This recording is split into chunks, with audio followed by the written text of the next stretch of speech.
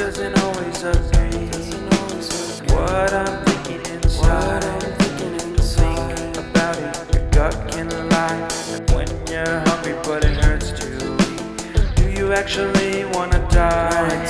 No matter how bad it tastes, I want it. Here's a metaphor for my life. I'm eating McDonald's to get healthy. Tell me how that makes sense.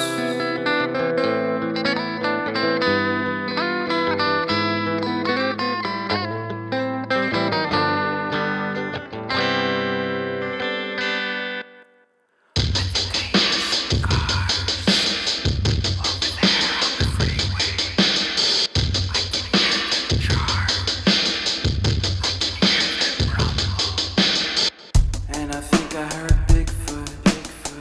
Did he run away? I don't know. I would have invited him in my tent.